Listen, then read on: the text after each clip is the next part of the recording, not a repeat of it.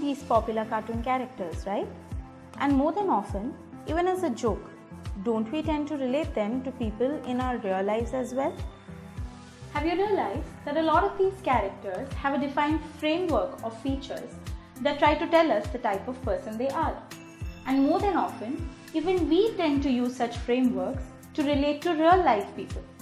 Let's see what I'm trying to talk about. Here you have Nobita. It is assumed that being an Asian, he should be good at math, and being a boy, good at sports. Jian and Kalia, typical depictions of bullies. Moms whose only agenda in life is to scream and scold. Dads whose lives revolve around their office work. And here you have Shizuka, a talented and capable girl whose long-term goal in life is to be a good housewife. What are we trying to point out with these funny examples? I'm speaking about stereotype and stigma, which is a group of broad and general ideas that we assume define a group of people. Here are some daily examples that we often come around, like blue for boys and pink for girls. Boys play with trucks while girls with dolls. Men are expected to be hunks and women, well, ladylike, lean and fragile. Men are expected to be confident and outgoing, while women are to be domestic, polite and kind. Sports is often reserved for men, while arts for women. Boys are expected to be tech savvy and girls are to take cooking lessons. And let's not forget the most important one. The bill will always be paid by the men. Let's admit it, we've all been there, done that. This kind of behavior can be extremely toxic and could result in isolation and submission by the victim. Making fun of someone to look cool may not be all that cool, not at the stake of their mental health. Or it could also result in rage and aggression by the victim. Remember, this 10-headed hunk once tried to bully this man, saying that he's just an ape with a tail. And the next he knows, the same tail set the whole damn kingdom on fire. Being a little sensitive would have surely saved the hunk some bucks. What is our way out?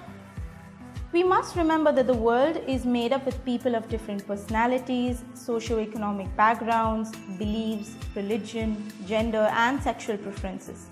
It's like a jigsaw puzzle. So here are some important don'ts that we should remember.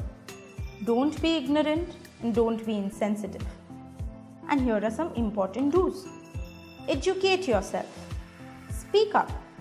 Believe in yourself. And ask for help whenever you need it. We all have some good in us, right? And what do we get by respecting individual differences?